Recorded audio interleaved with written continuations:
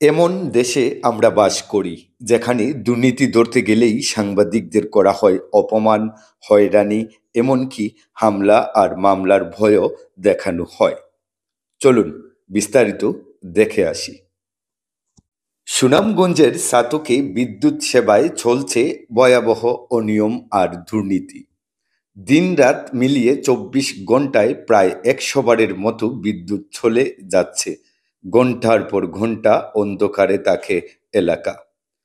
গ্রাহকরা বলছেন এটা বিদ্যুৎ নয়, যেন লুকোচুরি খেলা।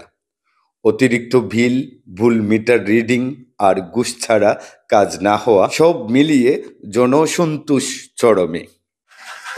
রানিং মাসের আগর মাসে আইছে আপনার ২৫,০০০ টাকা, আর বর্তমান রানিং মাসে আইছে আমার ১,০৫,০০০ টাকা। আমি একজন গরিব মানুষ, এই ১,০৫,০০০ টাকা দিকে তো আমি স্টক করার কথা। এই অবস্থার বিষয় জানতে ছাতক বিদ্যুৎ অফিসে গেলে সাংবাদিকদের সঙ্গে ঘটে অপমানজনক আচরণ। অভিযোগ রয়েছে নির্বাহী প্রকৌশলী আব্দুল মজিদ সাংবাদিকদের বাইরে দাঁড় করিয়ে রাখে ৪০ মিনিট, পরে কক্ষে ঢুকতেই মোবাইলে তাদের ভিডিও ধারণ করেন। সাংবাদিকরা কারণ জানতে চাইলে ক্ষিপ্ত হয়ে বলেন, আমি পুলিশ ডাকব, মামলা করব।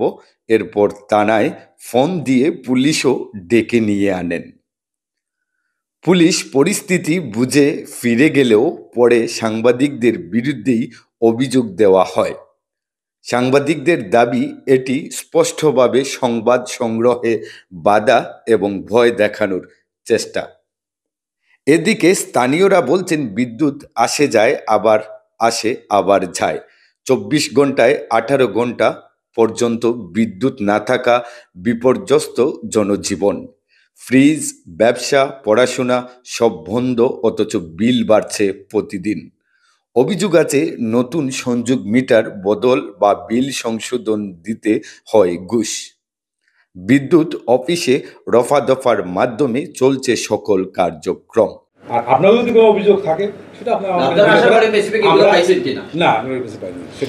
উনি কিন্তু আমাদেরকে বক্তব্য দেননি এবং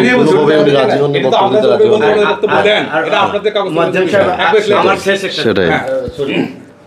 এখানে আমরা আসছিলাম ওনার কাছে, আমাদের বক্তব্য হচ্ছে ওনার কাছে যে অভিযোগের ভিত্তিতে উনি যেহেতু এটার দায়িত্ব প্রধান, ওনার বক্তব্য ছাড়া আমরা নিউজ করতে পারি না।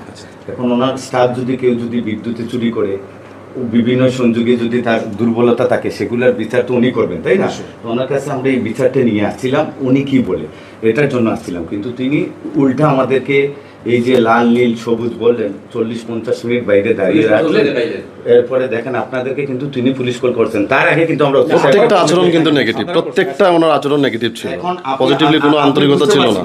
আমরা এটা এর জন্য বললাম, উনি এত ক্ষমতাবান আমরাও পৃথিবীতে। তবে সিলেট বিভাগের প্রধান প্রকৌশলী জানিয়েছেন, সাংবাদিকদের সাথে এমন আচরণ হয়ে থাকলে তদন্ত করা হবে। তথ্য ও ভিডিওতে এয়ার সাইম, এশিয়ান টেলিভিশন, পশ্চিম সিলেট প্রতিনিধি। ধন্যবাদ।